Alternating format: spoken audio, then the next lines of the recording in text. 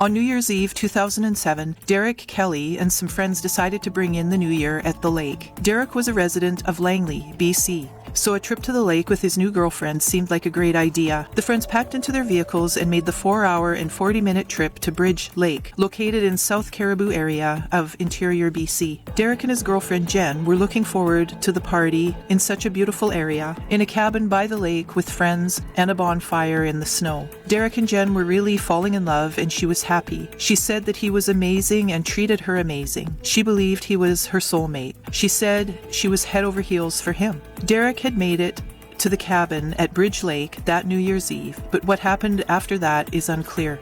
There were at least 4 and perhaps as many as 8 at that party. It ended and the friends and Jen returned to Langley without him. Derek was reported missing to the Langley RCMP on January 16, 2008 by his family after he failed to make contact with his mother for her birthday on January 7th. He had never missed his mother's birthday before, and that is when panic set in. Leanne, Derek's sister, found out that he had gone to the cabin at Bridge Lake and that the cabin belonged to a Brad McElhinney. Her heart sunk when she found out, and she struggled to understand why the so-called friends of Derek left him there and refused to report him as missing. The Kelly family believes that he was set up and that it could have been a revenge killing. Leanne went on to say that Derek testified in a court case 10 years prior. She said, "We've since learned the cabin owner and the accused knew each other. The Langley Serious Crimes Unit took over the investigation and could not locate him. For 2 years, his file was referred to as a missing persons case. Then in 2010, the RCMP admitted that they found enough DNA at the cabin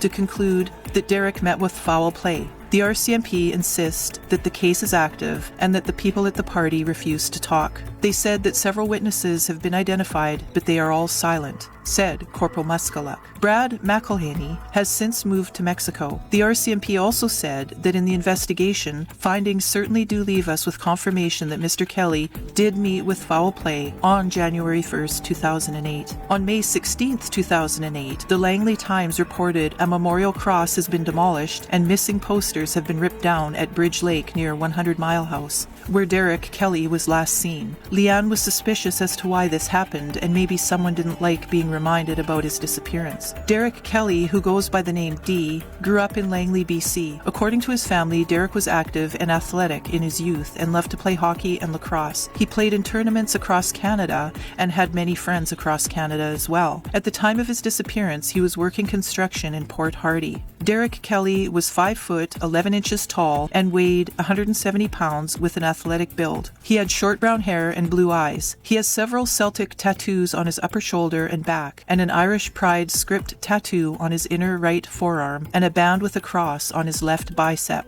He was 31 years old at the time of his disappearance. He was last seen on January 1st, 2008. Derek was wearing a black hoodie with a silver-gray markings, jeans, and black Adidas runners, a necklace with a gold chain and a large gold cross. He was carrying a small red and black Sherwood hockey bag. Some people believe Derek was lured to the cabin by people who had links with a person he testified against in a previous court case. His girlfriend Jen said most certainly not. She said that he chose to stay behind when they left the party. She also went on to say that he did have a nasty past and that, as the old saying goes, what goes around comes around, which is a weird thing to say, I think. For more information on this case, check out Footprints at the River's Edge, Derek Kelly, April 27, 2010. Also, CTV News, From Missing Persons Case to Murder Mystery, January 1st, 2010. City News, Derek Kelly Missing Persons Case is now a homicide. That was on January 2nd, 2010.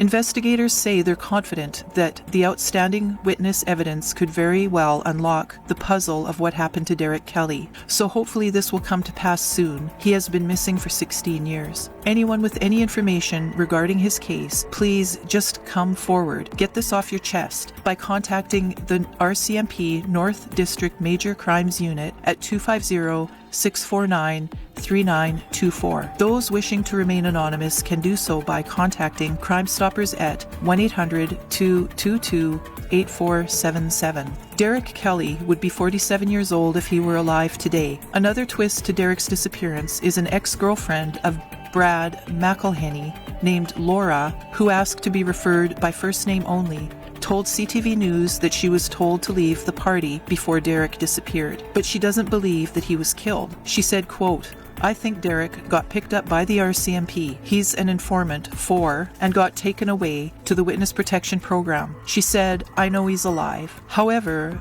the RCMP's position is firm. Derek Kelly is deceased. The Kelly family agree and continue to await justice for someone to pay for stealing their beloved brother and son. And one final twist in the disappearance is that allegedly Jen and Brad McElhenney dated in the past and had a child together. That daughter, when she turned 16 years old, allegedly stated that her father, Brad McElhenney, did kill Derek, and she hopes he pays for it. She doesn't like him at all, allegedly. Derek's girlfriend Jen has since passed away.